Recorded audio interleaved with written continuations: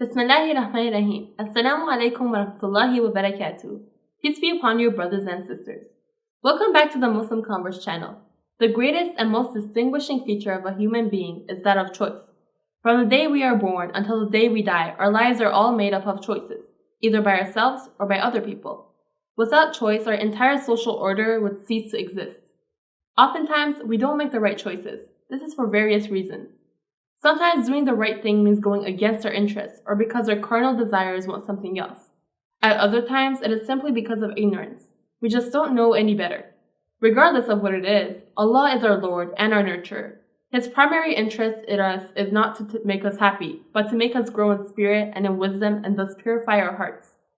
Allah uses various ways to encourage us to reach the lofty goal. In this lesson, we will briefly look over the question of choice in Islam. Secondly and lastly, we will look at how suffering in this world is a means to push us in making better choices. Indeed, O Muhammad, you do not guide whom you like, but Allah guides whom He wills, and He is most knowing of the rightly guided. Chapter 28, verse 56 of the Holy Quran.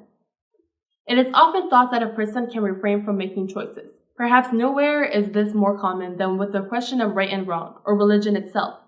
Being irreligious is a choice in itself.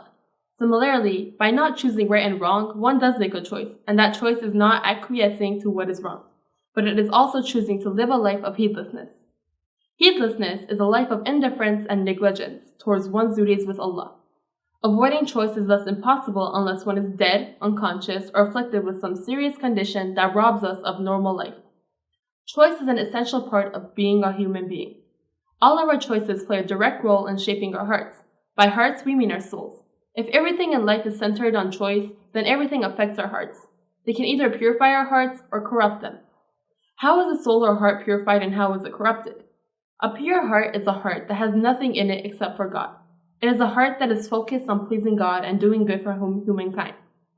It is a heart that is devoid of spiritual vices like arrogance.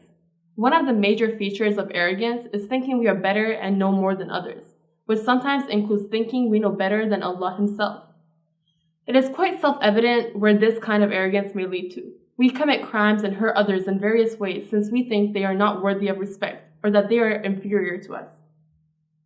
Similarly, we sin against Allah as we sometimes implicitly think that we know more than Him, even though we care not to admit it. But Allah wants to purify our hearts. He wants to get rid of all thoughts about Him. He wants to take out evil and put only good in our souls. He wants us to stop being arrogant and become humble servants to Him.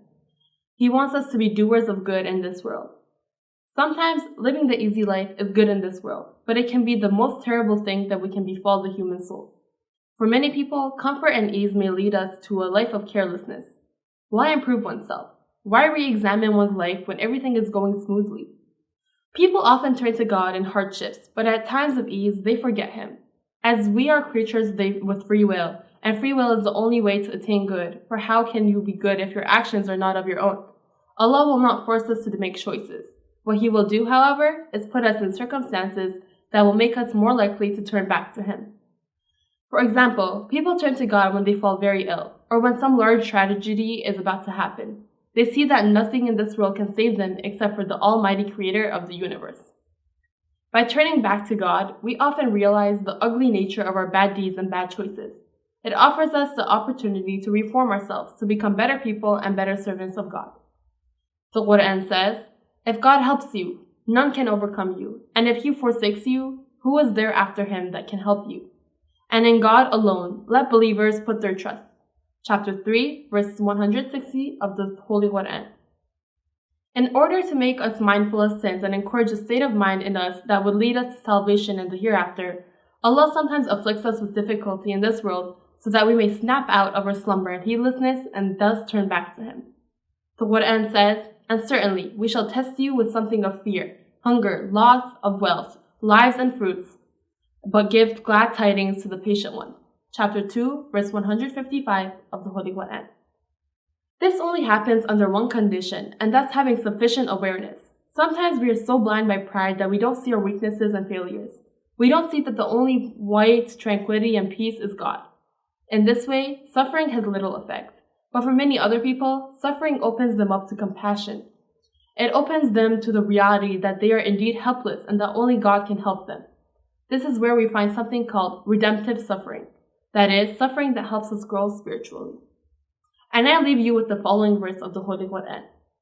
Allah does not charge a soul except with that within its capacity. It will have the consequence of what good it has gained, and it will bear the consequence of what evil it has earned. Our Lord, do not impose blame upon us if we have forgotten or erred. Our Lord, and lay not upon us a burden like that which you laid upon those before us. Our Lord, and burden us not with that which we have no ability to bear. And pardon us, and forgive us, and have mercy upon us. You are our protector, so give us victory over the disbelieving people. Chapter 2, verse 286 of the Holy Quran. Until next time, tune in back to our channel. Assalamu alaikum wa rahmatullahi wa barakatuh.